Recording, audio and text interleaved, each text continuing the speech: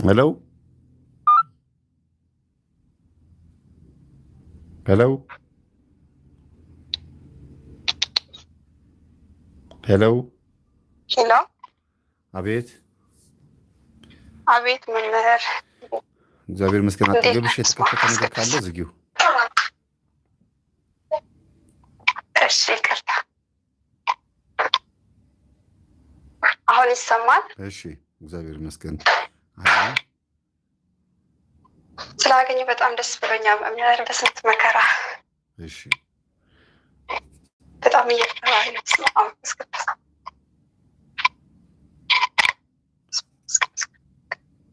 እሺ መምህር እኔ ያው ህልም ነበር ልነግርህ የፈለኩት እሺ አጠገብሽ የሚንቆጫቆጭ ነገር አለ ስፒከሩ አጠገብ የሚንቋቋ ነገር አለ ኤልፎን ላይ አድርጌ ነው ልንቀላው ብትነቂው ጥሩ ነው ሄሎ እሺ አሁን ይሰማል እሺ መምህር በብዛት እኔ ህልም ማየው ራቆቴ ሆኜ ነው በሰዎች መሃል ሆኜ ወይም የውስጥ ልብስ እንደዚህ ለብሼ ወይም ደግሞ የተቀዳደደ ልብስ ለብሼ ነው በሰዎች መሃል የምታየው ከዚህ 3 ጊዜ እንዲተደጋጋሚ አይቻለው ማለት ነው እና ሰዎቹ አብዳለች እያሉ በቃ ሰው ከንፈራቸውን እየመጠጡብኝ ነው የሚያልፉት ማለት ነው አብዳለች ይሉሽ በህልም ነው አይደል አዎ በህልም አብዳለች ይያሉ ወይና አበደች ምናምን ወይና አበደች ልጅ ምናምን እያሉ ከንፈራቸው እያማጠጡ ይሄዱብኛል ማለት ነው ማንም ሳይጠጋኝም የምታውቂያቸው ሰዎች ናቸው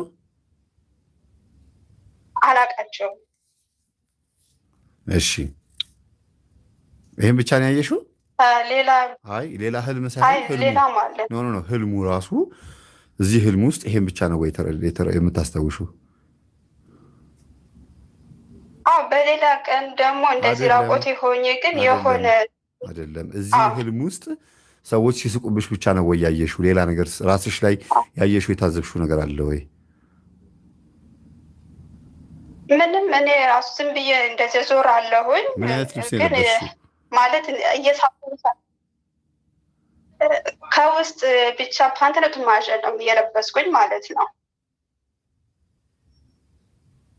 ሌላ አልለበስኩኝም እና ሰዎቹ አበደች እያሉ እየሳቁብኝ ከንፈራቸው እያማጠጡ ነው የሚያልፉኝ እንጂ ማንም ሰው የሚጠጋኝ ሰው የለም ምናልባት እንግዲህ በእውን በትክክለኛው ህይወትሽ ሰዎች አውቀውብኝ ይሆን ይሄ ነገር ተሰምቶብኝ ይሆን እንዴ ብለሽ የምታስቢው አንድ የሆነ ገበና ይኖርሻል የቤተሰብ የራስሽ ጉዳይ የትዳር የፍቅረኛ ወይ ደግሞ የሆነ ጉዳይ ባልታወቀብኝ ይሄ ነገር ባላዩብኝ ብለሽ ከተሰማኮ ከታወቀኮ ውዴ ነው በቃ ማበዴ ነው ብለሽ የምታስቢው ነገር ይኖራልና በጋሃዱ ዓለም ሰዎች እንዲያውቁብሽ የማትፈልጊው አንድ ጉዳይ አለ ስለዚህ ሰዎች ሰምተውታል ብለሽ የደመደምሻቸውን መፍትሄ የሚያስፈልገውን ነገር ቶሎ ብለሽ ወደ መፍትሄ እንድትሄጂበት አንዱ ሌላው እርቃን መሆን ማለት በህይወትሽ ላይ የጎደለ ነገር አለ ሰዎች በፊት ለፊት የሚያዩት የሚያውቁት ባንቺ ላይ የተከናወነ ነገር አለ ሄሎ እየሰማሽኝ ነው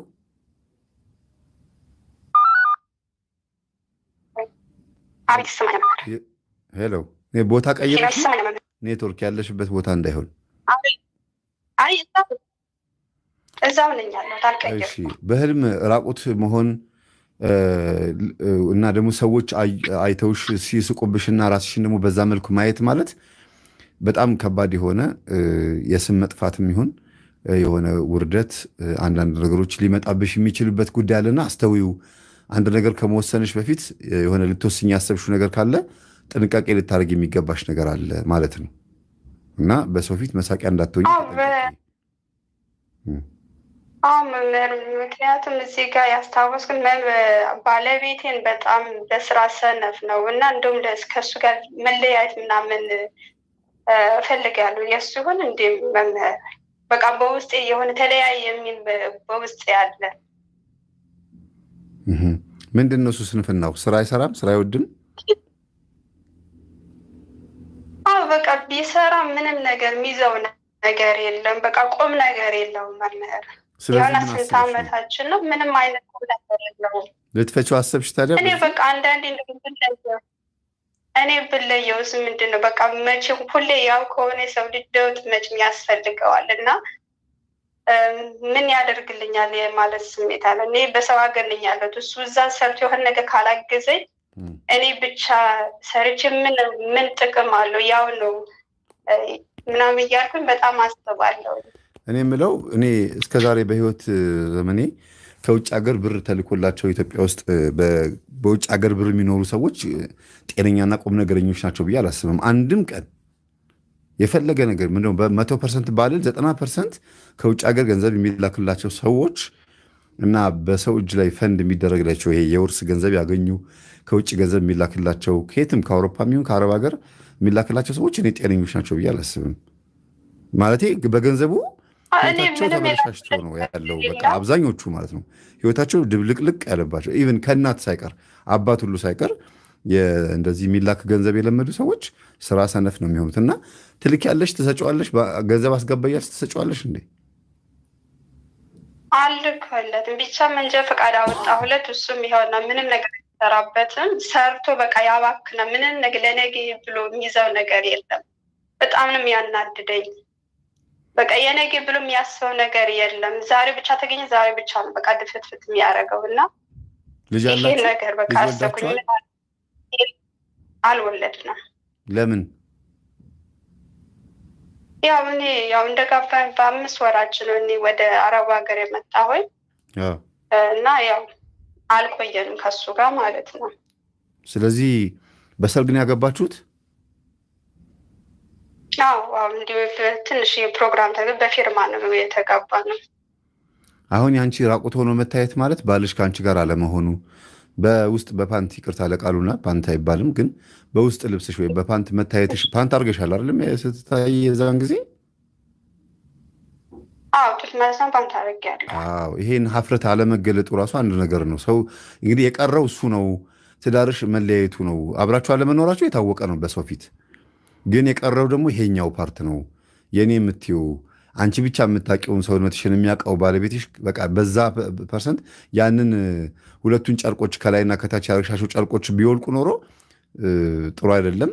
ምናልባት የማይቀርለት ጉዳይ ይኖራልና ተጠንቀቂ። የማይሆን ውሳኔ እንዳትወስኝ ማለት ነው። ቅድም እንዳልኩሽ ያ ነው። የማይሆን ውሳኔ ልትወስኝ ካሰብሽ ስምሽ ይጠፋል ያልኩት ለዛ ነው። እኔ ራሱ በጣም በቃ መለያየት ነው የምፈልግ። ምክንያቱም ሁሌ ያው ከሆነ ሰው ልጅ ለውጥ ከሌለው ምን ትርጉም አለው? ነገ ልጆች እንኳን ብናፈራ ምንም አይነት እኔ ልንገርሽ እስቲ እኔ በአንቺ ቦታ በሆን ልንገርሽ፣ አንቺ እኔን አግብተሽ የሄድሽ ብትሆኝና እኔ በሱ ቦታ በሆን እኔም ማወራው ይኖረኛል እና ልክ እንደሱ ሆኜ ላውራሽ። እኔ አሁን ለምሳሌ አገባሹ በ5 ወር ሄድሽ። ይሄ ሰው ምንድነው ዕጣ ክፍሉ? ዕጣ ፈንታው ምንድነው? እስቲ ያስቢው። ባል ነው፣ ወንድ ነው፣ ከሚስቱ ጋር መኖር ይፈልጋል። እዚህ ሆነሽ ጉሊትም ቸርችረሽ ቲማቲምም ሽንኩርትም ሸጠሽ ልትኖሪ ትችይ ነበረ። እሺ 1 ዓመት 2 ዓመት ስሪ። ያንን ያፈስሻትን ይዘሽ መተሽ ደግሞ የተወሰነ ሱቅ መንገዳገር ትችይ ነበረ። ይሄ ሰው ምንድነው አንቺ በሌለሽበት ውስጥ ሊያደርግ የሚችለው? እንደ ዓለማዊ ስታስቢ፣ እንደ መንፈሳዊ አይደለም፣ እንደ ዓለማዊ ምንድነው ማድረግ ያለበት? እንዴት ነው ማይለወጥ? አንድ ሰው እኮ ወኔ ያስፈልገው። አግብቻለሁ ካለ ካጠገቡ በርታ፣ አይዞህ፣ ይሄ ነገር እንደዚህ ቢሆን እንትን ብንገዛ ምናምን ሲባል ነው ገንዘቡን ለዚህ ያስቀምጠዋለሁ የሚለው። አጠገቡ የለሽ ለምን ላስቀምጠው ይላል። ምን ልስራበት ብሎ ያስባል። በዛ ላይ እንዳንቺ አይነት ጭንቅላት አይደለም ያለው። አንቺም ደግሞ እንደሱ አይነት ጭንቅላት አይደለም ያለሽ። አንቺ የራስሽ ነው፣ እሱ የራሱ ነው። በራሱ መንገድ ሰነፍ ሆኖ አንቺ በራስሽ መንገድ ጎበዝ ስለሆንሽ እንደኔ ካላሰበ ሰው አይደለም ብሎ ማሰብ ጥሩ አይደለም። ሰው በህልም ምንድነው የሚባላል? ጆሮ በህልም ማየት፣ በተለይ ጆሮ ደምቶ ወይ ጆሮ ቆስሎ ፍም ሆኖ ግሎ ከታየ ምንድነው ይባላል? እኔ የምለውን ብቻ ስሙ፣ እኔ የምለውን ብቻ አዳምጡ፣ ሰዎች እኔ ሊሰሙኝ ይገባል፣ እኔ ያልኩት ካልሆነ ማለት ነው ይባላል ትርጉሙ። እና ከምን አንጻር ነው ይሄን የምነግርሽ? በብዛት አንቺ የምትይው ነገር እንዲያረግ ገንዘብ አጠራቅም ስትዩ እሺ እንዲልሽ አረብ ሀገር ሄደሽ በመስራትሽ የተለየ አንድ የሆነ ከሱ ከፍ ያለ የተሻለ ገንዘብ እንደምታመጪ አስበሽ እሱን ስታዥው እሺ እንዲልሽ እሱን ግን ለማዳመጫ ጊዜ እንደሌለሽ ነው የምረዳውን። ያሁን ወቀሳ ነው እየወቀስኩሽ ነው ያለሁት። ባለትዳር ነሽ፣ አግብተሻል። ቢያንስ ልጅ እንኳን ቢኖረው ገንዘቡን አያጠፋም። ሱሪ ይገዛበታል፣ ትምህርት ቤት ደብተር ምናምን መመዝገቢያ የተለያየ ነገር ለመግዛት እንኳን ገንዘብ ያጠራቅም ነበር። ይሄ ልጅ ምንም ነገር የለውም። አንቺ እንኳን የለሽ ማጠገቡ። ስለምን አስበው ገንዘብ ያጠራቅም እንደ ዓለማዊ ሰው ስታስቢው? እና ይሄ በጣም ወሳኝ ነው ብዬ አስባለሁ። መምጣት አለብሽ ስምሽ ከመጥፋቱ በፊት ቢያንስ እንኳን ወልደሽ ልጅሽን 1 ዓመት ወይ 2 ዓመት አሳድገሽ እናትም ካለች ከእናት ጋር አስቀምጠሽ ልጁን እየተመላለሰ እያየ አይኑ ማረፊያ ቢያገኝ ጥሩ ነው ብዬ አስባለሁ። እሺ መምህር አመሰግናለሁ። ሌላ ልንገርህ መምህር። እሺ ያዝ አድርጊውና በሌላ ያዥው አንድ ጊዜ። ምዕመናን እንደው አንድ ሰው ገብቶ ስለተሳደበ ይሄን ያክል ምንድን ነው የምትነጋገሩት? በቃ ተውት፣ መልሳት መልሱለት። ይሳደብ፣ ጽፎ ይውጣ። እንደባለፈው ወይ ከመስመር እናስወጣዋለን። እኔ ያን ለማድረጊያ ጊዜ ስለሌለኝ ነው፣ ማስወጫ ጊዜ ስለሌለኝ ነው እንጂ እናስወጣዋለን። ተውት፣ እናንተ አትመልሱ፣ ዝም ብላችሁ አዳምጡ። የሚሳደብም ካለ አለ፣ ብዙ አይነት ጭንቅላት ያለው ሰው እኮ አለ። ገና ያልተከፈተ ገና በጣም ብዙ አይምሮ አለ። ምን እንደምናወራ ምን እንደምንማማር ራሱ ምንም የማያውቃለ። ይሄ ዩቲዩብ ምን እንደሆነ ራሱ የማይረዳ ሰው አለ። ለምን መልስ ትመልሳላችሁ? አትመልሱ እባካችሁ። በቃ ምንም ነገር አያስፈልግም። እሺ ኔት ቀጥይ። እሺ በሌላ ጊዜ ደግሞ በህልሜ እኔና እሱ የሆነ መንገድ መተን እሱ በሌላ መንገድ እኔ በሌላ መንገድ ተለያየን። አብረን ሆነ ግን እሱ ወደ ሌላኛው መንገድ ሄደ፣ እኔ ወደ ሌላኛው መንገድ ሄድኩኝ። ስትመጡ ስትነሱ በምን ሁኔታ ውስጥ ነበራችሁ? ዝም ብለን ወክ ያደረግን መንገድ ላይ፣ ከዛ እሱ በሌላ አቅጣጫ ሄደ፣ እኔ በሌላ አቅጣጫ ሄድን። በቃ አንቺ ነሽ የተወሰነ ቦታ ሄድን። አንቺ እቃ ያዛችሁ? እቃ ያዛችሁ? እቃ ምንም አልያዝንም። አዎ። እና ይሄ ከባድ ነው። ቢያንስ አንቺ የሆነ እቃ ወይ እሱ አንድ የሆነ እቃ ይዛችሁ ቢሆን ኖሮ የመመለስ ወይ እሱ ወደ አንቺ ወይ አንቺ ወደ እሱ የመሄድ እቃ ይዞ ሁለት ሰዎች አብረው ሲሄዱ ቆይተው ለሁለት ሲገነጣጠሉ እቃው ለሁለት ከተከፈለ ወይም ሁለታችሁም እንካ ተባብላችሁ ከተሰጣጣችሁ ችግር ነው፣ የመለያየት ትዳር የመፋታት ነው። አንዱ ሰው ብቻ አንዱን እቃ ይዞ ከሄደ ግን ያ ባዶ እጁን የሄደው ሰው ተመልሶ ወደዚህ መምጣቱ እንደማይቀር ማሳያ ነበረ። ግን ሁለታችሁም ባዶ እጃችሁን ከሆናችሁ ሁለታችሁም ዓላማ የላችሁም ማለት ነው። ምንድን ነው ዓላማችሁ? አንድ የሆነ ነገር ያስፈልጋል። ያ እቃ ወይ ልጅ ነው ወይ ሁለታችሁም የሆነ ነገር ያስፈልጋችኋል። አንቺም የራስሽን መንገድ እሱም የራሱን መንገድ ነው። አንቺም አረብ ሀገር ልሂድ ያልሽው እርግጠኛ ነኝ ካልሄድኩ ብለሽ አስቸግረሽው ይሆናል። በራስሽ ሀሳብ ሄደሽበት ይሆናል። እሱም ደግሞ በራሱ ሀሳብ እየሄደ ነው። የራሱን ኑሮ እየኖረ ነው። ትክክለኛ አልፈቀደልኝም ነበር። የብቻሽ የሄድሽበት መንገድ አንቺ የእሱ የሆነውን ነገር እንኳን ለመያዝ አልሞከርሽም። እቃ ይዘሽ ቢሆን ኖሮ አልኩሽ እኮ ከሱ የተከፈለ የሆነ ሀሳብ ሼር የምታደርገው ሀሳብ ይኖር ነበረ። ግን ብቻሽን ሄድሽው፣ ባዶ እጅሽን ሄድሽው፣ ራስሽን ችለሽ ነው ሄድሽው። ደግሞ ካገቡ በኋላ ልክ ከኔ ጋር የሆነ ሰው አለ እኔ ስለ ራሴ ብቻ ሳይሆን ስለዛም ሰው ማሰብ አለብኝ ብሎ ማሰብም ጭምር ነው እኮ አንድ ትዳር ማለት። ከአንድ ብርቱ ሁለት መድኃኒቱ ማለት ነው። ግን አሁን ጥንቃቄ ማድረግ እንዳለብሽ በትዳርሽ ጉዳይ ላይ ውሳኔ ልትወስኝ ያሰብሽ ውሳኔ ከባድ ነው። ሜቢ ኢትዮጵያ ስትመጪ ራሱ እንኳን ስለ ሴት ከሴት ጋር በተገናኘ ባልሽን የሆነ ወሬ ሊነግሩሽ ሁሉ ይችላሉ። እንደዚህ ያየነው እንዲኮ አድርጎ ነበረ ሊሉሽ ሁሉ ይችላሉ። ያ ራሱ ፍቺው የሚያሰኝ እንኳን አይደለም ምንም ነገር ሳታይበት በስራ ሰነፍ ሆኖ ልፍታው ያልሽ ከሴት ጋር አይቼዋለሁ ብትይ ደግሞ አይተነዋል ቢሉሽ ደግሞ የምትወስኝ ውሳኔ አሰቢው። ስለዚህ ካሁኑ እንዲስ ብለሽ አብልጠሽ ማሰብ ነው። እንዲህ ባየውስ ድንገት ከሴት ጋር ታየ ቢሉኝስ የሆነ ወሬ ቢሰማስ ምን ብዬ ነው መወሰን ያለብኝ ብለሽ ያ ውሳኔሽን በትንሹ ሰው በትልቁ አስበሽበት ጨርሰሽ ትንንሾቹን በሙሉ እንዳለ በእምነት ጥይት ረፍረፈሻቸው፣ በይቅርታና በትዕግስት በማለፍ ጥይት ገድለሻቸው ትልቁ ላይ ብቻ ነው ውሳኔ መወሰን ያለ። ትልቁን ደግሞ ስትወስኝ ከምን አንጻር እኔ ጥፋተኛ ነኝ ወይ በዚህ ጉዳይ ላይ ትቼው ስለሄድኩኝ የመጣበት ነገር ነው ወይ ከወንድ አንጻር ይሄ ነገር እንዴት ይታያል ብለሽ አመዛዝነሽ ወስኝ ስትወስኝ። ቤተሰቦችም ራሱ ፈቃደኛ አይደሉም። ምክንያቱም ሁሌ ያው ከሆነ ምንድን ነው አንቺ ምናምን በጣም ብዙ ሰዎች በቃ እሱ እንድለየው ነው ሁሉም ሰው የሚመክረኝ። እሱ ዝም ብሎ እዛና እዚህ እየዞረ በቃ ሁሉም ሰው የሚለኝ የስራ ሰነው አላማ የለውም፣ ቋሚ አይደለም። አላማ የሌለው ሰው ምንድን ነው ትርጉሙ ብለው በጣም ብዙ ሰዎችን ጓደኞች፣ ማንም ሰው እኔና እሱ አብረን መሆን ማንም ሰው ወደደው ሰው የለም። እኔ እስኪ ልንገርሽ አንድ ነገር፣ ባለቤትሽን ያገባሽው ምኑን አይተሽ ነው? እኔ በቃ ዝም ብዬ ድሃ ስለሆነ እኔም ድሃ ነኝ አንተም ድሃ ነህ ሰርተን እንለወጣለን ብለን አብረን ይሆን ነው እንጂ ምንም ኖሮት ሳይሆን በቃ አንተ ምንም የለም እኔ ምንም የለኝም ነገ ሰርተን ግን ሰው እንሆናለን በማለት ነው አብረን ይሆን ነው። ስለዚህ ሁለታችሁም ምንም ሳይኖራችሁ ስለሆነ የተገናኛችሁት አሁን በተቻለሽ መጠን ትመጭና ይሄ ተስፋ የቆረጠው ማንነቱን የስራ ሞራሉ የጠፋበትን ሰው ካጠገቡ ሆነሽ ይሄን ብታረግ ብትዩ እርግጠኛ ነኝ ይሄ እኮ ያንተ ልጅ ነው ቢባል አይኑን በአይኑ ቢያይ ልጅ ቢያገኝ ቁም ነገረኛ ይሆናል ብዬ አስባለሁ። ሲሪየስ ይሆናል ብዬ አስባለሁ። ብዙ ጊዜ ወንዶች ልጅ እንዳላቸው ሲያውቁ ሀሳባቸው ለሁለት ይከፈላል።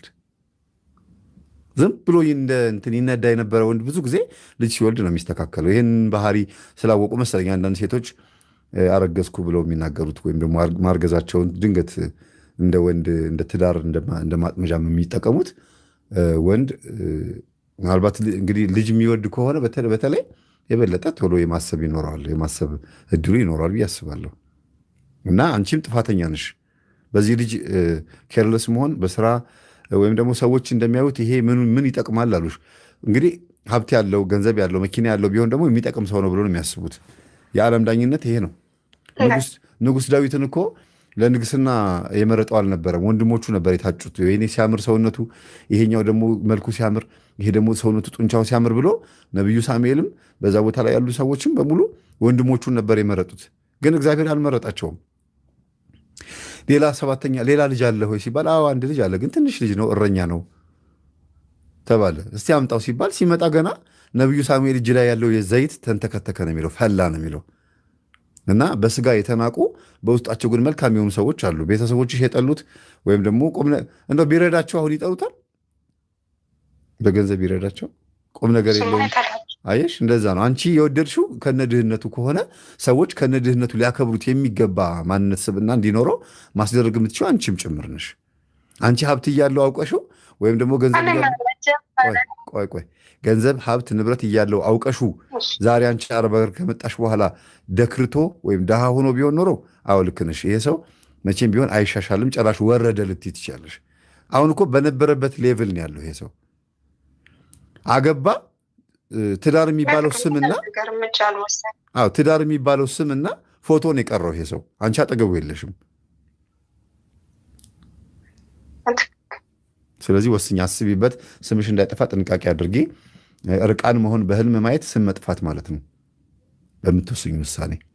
ወይም ደግሞ አሁን ልጁ ባለቤትሽ በሚታይበት ሁኔታ ስሙ ጠፍቷልና ወይም ስምሽ ጠፍቷልና እሱም ለብቻው አንቺም ለብቻ ሆነሽ እርቃናችሁን ሆናችሁ እንደ እርቃን ነው የሚቆጠረው። ባይዘው አብሮ ተጋብቶ አብሮ አለመኖር በዓለማዊም ሆነ በመንፈሳዊ አስተያየት ቢያንስ ዓላማ ያለው ልዩነት ከሆነ ችግር የለውም፣ ሁለቱም ታማኝ ከሆኑ። ከዛ ውጭ ግን ይህን ጥንቃቄ ልታደርጊበት ይገባል ብዬ አስባለሁ።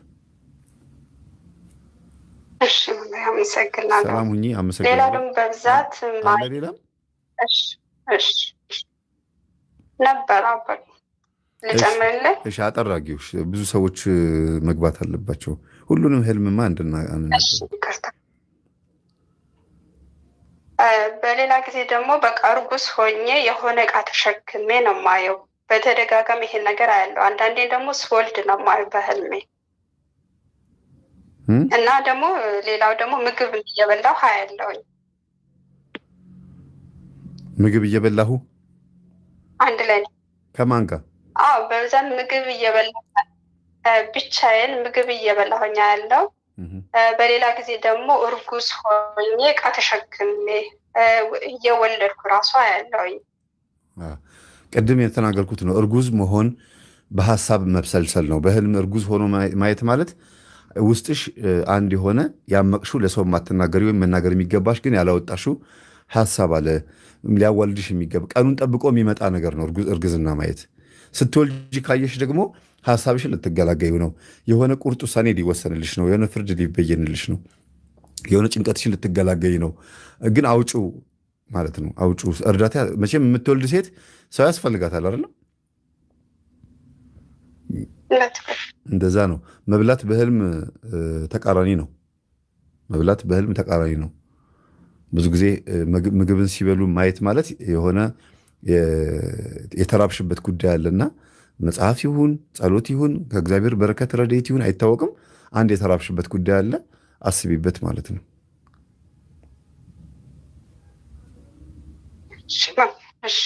እሺ፣ አመሰግናለሁ። ሰላም። እሺ።